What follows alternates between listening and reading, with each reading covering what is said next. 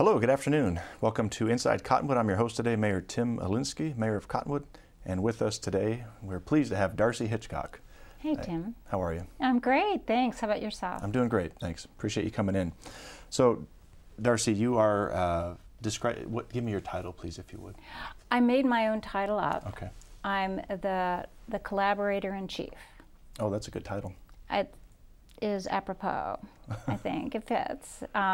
Because my job is to pull together all of these nonprofits and get us all to collaborate and find ways to work together. So good. My job is just to keep all the cats going kind of in the same direction. Herding cats. Yeah. Collaborator-in-Chief, that's good. Yeah. Yeah, that's good. Well, we first met a couple weeks, I guess it's been longer than that now, but with Parks and Rec Commissioner recommended that we sit down together and talk about ways that Cottonwood can become more sustainable and environmentally friendly. And so I took him up on his offer, and we all sat down. It was great to meet you, and I wanted to bring you in on the program here to let the folks, the viewing folks here, know a little bit more about you and where you came from, what your background is, and why you're interested in making Cottonwood a better, more sustainable place to live. Absolutely. Let's go for it. So where are you from? Well, I grew up in Cleveland, Ohio, where the rivers burned and we almost destroyed Lake Erie. Oh, yeah. So the moment that I became an adult, I moved to Portland, Oregon, where caring about the environment wasn't considered a weird thing. And I spent most of my life there. Now, were you there? That's the Cuyahoga, right? River? Yes, right. Wow. Were you there when that was? Yeah. Yeah, it was in the 60s, I think, wow. wasn't it? Yeah, Okay. I was, I'm dating myself. But, that's okay. Made famous by the Randy Newman song. And so a few years ago, about, I guess 5 years ago, my husband was getting ready to retire, and I was getting depressed in the wintertime, in the cold, rainy winters, so we came to Sedona area on vacation, and kind of on a whim bought a condo and said, well, now let's take the next year and figure out if we made a horrible mistake. Right. And one of the things that was important to me was I need to have a mission. I'm kind of like a border collie, you know, I need a good job and it doesn't have to pay, but I need something purposeful to do. So that was key to me, was figuring out how I could add value to the community. Right. And that was sort of how the Sustainability Alliance came about. Okay. Well, what was it that you did in Portland? I was a sustainability consultant. Okay. Yeah, a business partner and I worked together for 23 years, and we wrote books and we consulted with different organizations, and I've always been attracted to fields that are just emerging, where there isn't the way to do things yet. I don't know why that is, but so we kind of, obviously the field of sustainable development had been around since the 60s on an international scale, but trying to apply it in a business context was kind of new. So we kind of figured it out, and as we figured it out, we'd write books so that other people could be informed by that, and we started an international association for people who do this work. Okay. So, you know, we just tried to see where we could make a difference. Right. So for 23 years you were a sustainability consultant. Who did you consult with? Was it mostly private business, or did you consult with government as well? Both. Both, but less the elected officials. I'm learning a lot about the constraints that you guys live within. There are many. It would drive me nuts. It would drive me nuts. But yeah, so obviously in Oregon and the Pacific Northwest, that area in the United States was sort of a leader, so we didn't necessarily have to go very far. Prior to working in sustainability, which we got started in about '97, so how many, 20 years now? But prior to that, we were mostly working in highly empowered workplaces, trying to get what was called then self-directed work teams. So it's really possible for frontline employees to have a lot of power and make major decisions if management just sort of gets out of their head that it's their job to tell people what to do. Right. And so in that, we worked with Cadillac for a couple of years and helped them win the Malcolm Baldrige National Quality Award. Wow. Yeah, yeah. Okay. So just kind of by luck, but I have a passion for employees having control over their lives, and I have a passion for nature, and I have a passion for bringing communities together, and and I love writing and I love teaching, and so it's kind of inevitable that I became a sustainability consultant in the end. Great. Well, we're lucky to have you here in the area. Oh, thanks. Yeah. So you moved to Sedona, what would you say, 5 years ago? Yeah, about 5 years ago. Okay. And what's been occupying your time since? Oh, the Sustainability Alliance, pretty much. That and my 2 dogs and my husband and my brother-in-law and his wife just moved here from Myanmar. So we're getting them settled in, and their 15-year-old daughter. So, so that's keeping us busy as well. So let's talk about the Sustainability Alliance. Sure. Well, where did this begin? Well, when I moved here, I tried to find out what was going on, and people put me in touch with all these wonderful nonprofits and some schools that were doing great things. And what I noticed is that everybody was working in their silos. I kind of think about it like, let's see, what was the Disney movie Lady and the Tramp? Do you ever remember seeing that? And there's a wonderful scene where the 2 dogs are eating the spaghetti, and all of a sudden they realize they're hanging onto the same part of spaghetti. Well, when we started talking together, all these different organizations coming together, we've realized that there's this huge pile of spaghetti called sustainability. We're trying to get a handle on it. But as we start to tug on pieces of spaghetti, we realize that there's a relationship between what you do and I do, and there's a synergy there. One example is one of our members is the Friends of the Verde River. They're also obviously very concerned about the river and the riparian area and what climate change may do as a result of it. Well, another one of our members is trying to educate people about climate change, and one of the things that they're promoting is to eat more plants and less meat. And then their Healthy World Sedona is focused on promoting a plant-based lifestyle. And so you see it's all kind of connected. So the Sustainability Alliance gives us a way to come together to see where the synergies are, and also I think about it as coloring in the white space in between our organizations. There are lots of things that could happen and need to happen, but no one organization is quite right to do it. So, for example, things like the business certification. We now have a way of recognizing businesses or any organization, those that are doing the most for the environment and the community and their employees, and then giving them public recognition for that. So we used our collective knowledge, sort of an interdisciplinary approach, to figure out what should we be asking.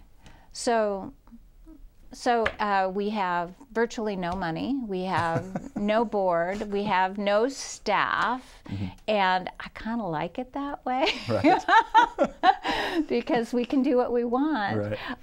We got a new member recently, and I was telling him about the business certification, and he said, well, who gave you the authority to do that? And I almost burst out laughing, because it's like, well, we thought it was a cool idea. And one of the people on our team is an amazing technology guy, and he goes, oh, I can program that. And I said, you go, go for it. So it's taking on a life of its own then. Yeah. So I just love to see how far we can get with goodwill and passion and people's skills. If you give people something really kind of interesting to do, they're really willing to put in the time and make it happen. So that's kind of how we're operating. All right. Well, I hate to interrupt, but we have to take a real quick break just for a minute, and when we get back, we'll talk more about the Sustainability Alliance. Great, thanks.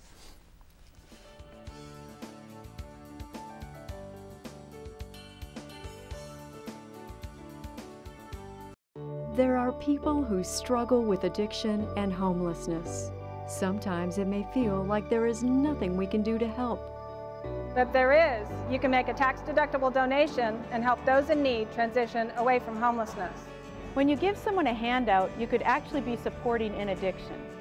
A better life starts with better health, especially for those living in the streets. Support solutions, not addictions. You can make a difference. Visit cottonwoodcares.com. This is Bruce Morrow, Transportation Manager for Cottonwood Area Transit. Remember, we cover the entire Verde Valley and Sedona. Cottonwood Area Transit has you covered wherever you want to ride in the Verde Valley, all day, every day. Take Cottonwood Area Transit through Clarkdale, Verde Village, and from 26 locations in Cottonwood. With Verde Links, it's a quick and easy trip to Sedona every day. Don't forget our connectors to Camp Verde. Visit cottonwoodaz.gov for Cottonwood Area Transit and take a seat. Let's go ride!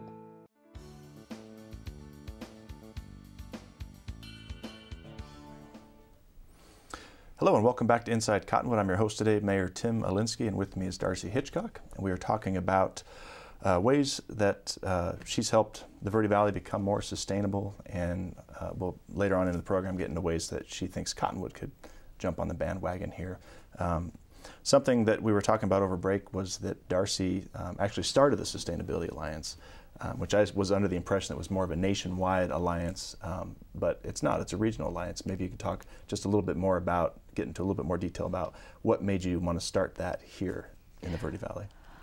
Well, I thought it was important to make it regional because it's really hard to manage sustainability at just like a city level, right? And when you're talking about transportation and watersheds and all that, but we didn't really have the bandwidth to go statewide. So we generally refer to our territory as being the Verde Valley.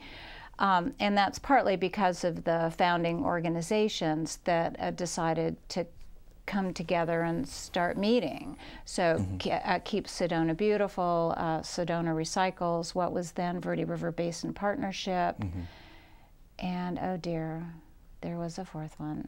It'll come to me. Anyway, so those are Gardens for Humanity. Oh, right. So they already sort of worked in this region, and so our job was the idea of the alliance was, let's start meeting to see if there's something that we can do together. And it started out with people going, I'll come to one meeting, you know, and well, maybe we could cross-post events, and then we started realizing, oh, we could do like fun stuff together, and something bigger. So that's kind of how it's evolved. Okay. So how many, is it a membership organization now? I mean, how many other partners do you have on board? I think we have 9 member organizations. Okay. So to be a core member, you have to be a nonprofit, first of all, and you have to be working on that pile of spaghetti I was talking about. You may be working on just a piece of it, but with an eye toward people, planet, and prosperity, that sort of triple bottom line. It's not just about the environment, it's about how our economy and how our community works together, and how all this, how you make decisions to make everything better. For a while I looked for different organizations that could represent different systems like water or climate or hunger and food systems, etc. So initially we started that way, but it's kind of morphed. So now we have a new organization called HEAL that focuses on how to reduce toxics and find practical alternatives to them, and so forth. So we're just slowly pulling more people in as they're interested. And then we're also affiliated with lots of other organizations where it doesn't make sense for them to be a core member. So for example, the new sustainability coordinator in Sedona sits in on our meetings, and prior to her being there, Justin Clifton sat in. The chamber has been amazingly supportive and involved, and we're tied into ASU and NAU. So I consider it permeable boundaries. Right. That's impressive after just 5 years.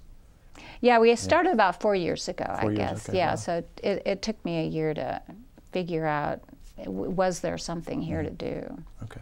And before I interrupted you before the last break, you were talking about business certifications. Can you go into a little bit more detail about that, about what kind of businesses can become certified, and what that process looks like, and what the benefits are? Sure, absolutely. So virtually any organization can get certified. So we have everything from realtors to restaurants to Verde River Growers is certified, Clarkdale is certified, so municipalities and some hotels, etc. So we designed it.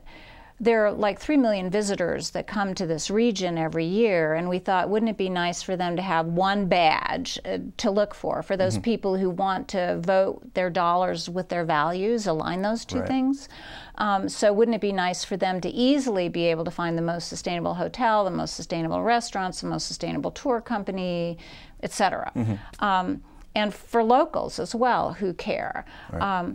So the process is very simple. We have a website that you can go to, and there's a 12-question survey.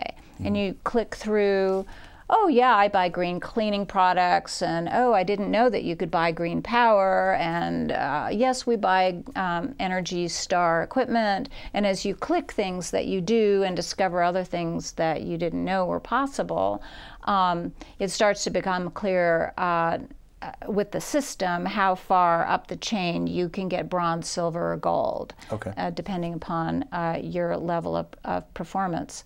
So after somebody goes through the survey, I get an automatic notification saying, oh, Tim took the survey. And so I will get back in touch with you. I may have questions, and then I confirm your level of certification and give you a couple suggestions of things that you might work on next. You would let me know why I failed the survey? No, actually, there's so many people who get really close, and then I keep going, there must be something that he's doing, and so we poke around and see if there's something that we can give you credit for, because there's a write-in category, because every business is a little bit different. Sure. We do have a contractor, by the way, who's been certified, so you need to get on board, I guess. So, and then we publish press releases on our website. We have lists of who's been certified. The regional tourism website now has slideshows of our certified businesses, so the businesses get special attention. I don't know that all of them have done it for that reason, but we've started to connect them too. We've just had another gathering of our certified businesses, and business cards are flying, and people are so excited to see there are other people here in the region who are really doing some amazing things that they can learn from. Right. And you also get a fancy sticker, right? Did you bring a sticker? Yes. I'll remind you to show the... Yes, thank you. So for those of you on TV, this is the sticker that you would get if you got certified, or if you're trying to find who's certified on our website, which is sustainabilityallianceaz.org. If you look for the sticker in the right column, click on it, you'll get to a list of who's certified. So if you want to basically vote with your dollars, that's what you would look for. Great. How many businesses do you have signed up? 54 are certified at this point. That's great. Yeah, not That's bad. great.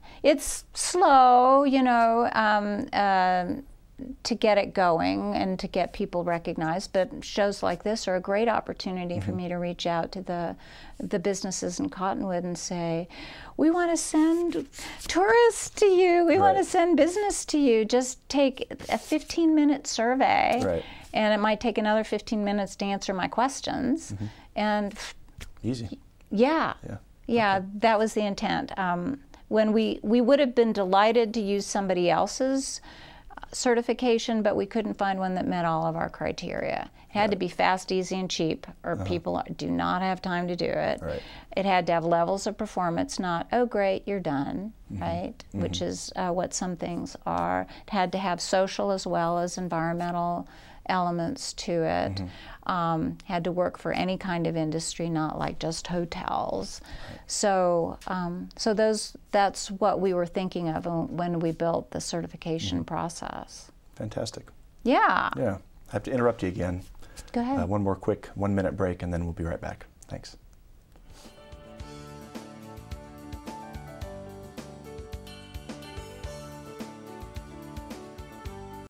There are people who struggle with addiction and homelessness. Sometimes it may feel like there is nothing we can do to help. But there is. You can make a tax-deductible donation and help those in need transition away from homelessness. When you give someone a handout, you could actually be supporting an addiction. A better life starts with better health, especially for those living in the streets. Support solutions, not addictions. You can make a difference. Visit cottonwoodcares.com.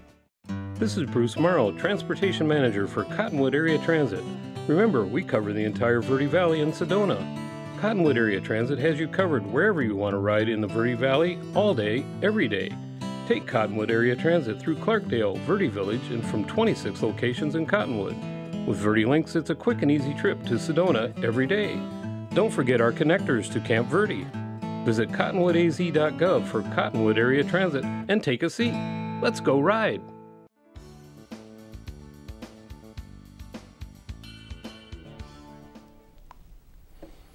Welcome back to Inside Cottonwood. I'm your host today, Mayor Tim Elinski, and with me is Darcy Hitchcock. We're having a good conversation about sustainability and the Sustainability Alliance that you created here about 4 years ago.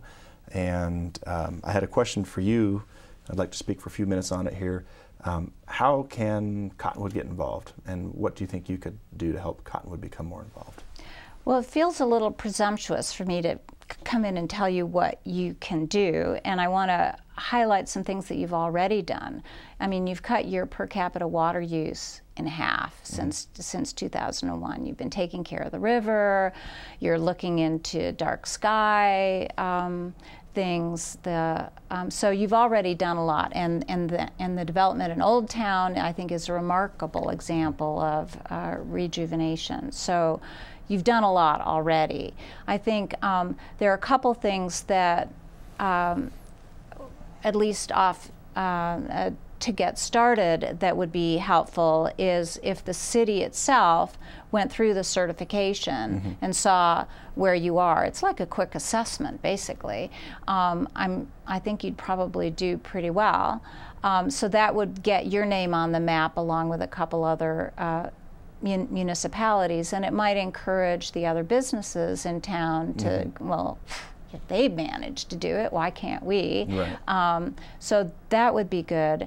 And now has Sedona gone through the process? Yes. And Clarkdale, Camp Verde? Not Camp Verde yet. We've talked to them, and I think they have the intention of doing it. But they've been looking at the STAR Communities framework and so that's taken some of their attention. But I think their intention is to do it at some point. Okay.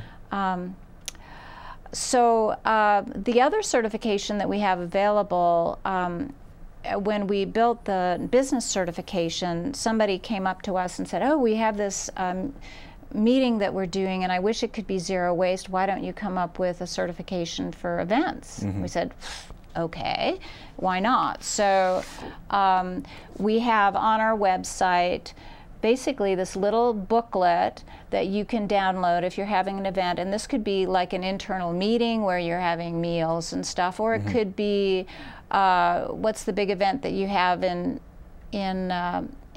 Cottonwood every year? The Walking on Main's coming up here. Yes, right. Yep. That sort of thing. Okay. So anyway, the booklet gives you an idea of things that you can do to be more sustainable and to reduce your waste. And if you can answer yes, your intention is yes to do all the things that are relevant to your event, then we'll certify you. And the benefit of that is you now have a badge that you can that will help encourage the people who come, the people who attend, the vendors, to sort of get behind this effort to have a zero waste event. Sure. So that's another thing that we can do.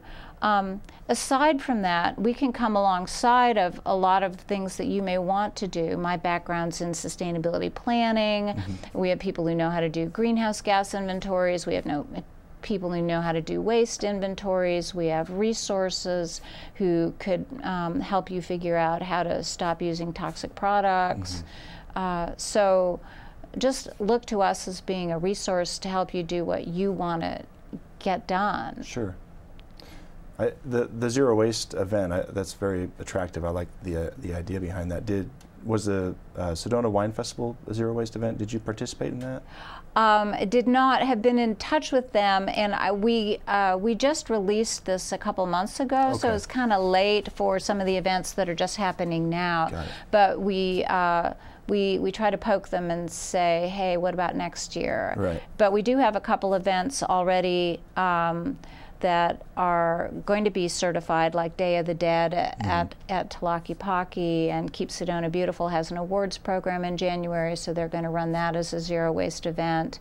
I'm pretty sure Veg Fest is going to get certified. So the Yoga Festival, I think, is going to get certified. So we have a lot of events here, and in this region, it's one of the major ways that we get income and sort of manage the tourists is to have them in blocks. So this, at least, is a great way to get them excited about participating in being more sustainable. Sure, that's great. We only have a couple minutes left, and when we spoke a few weeks back, we talked a couple big picture ideas.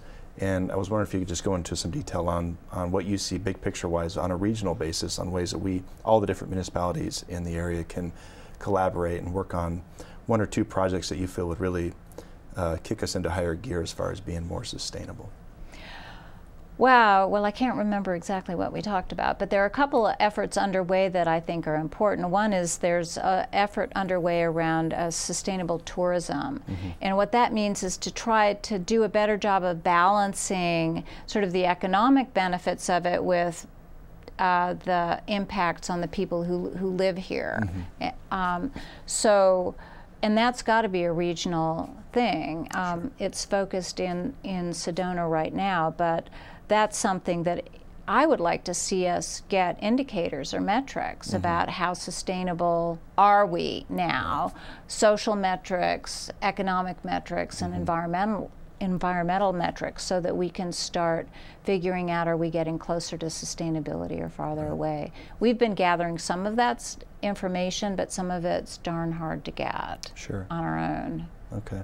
You mentioned too a regional laundry facility. Oh yes, right.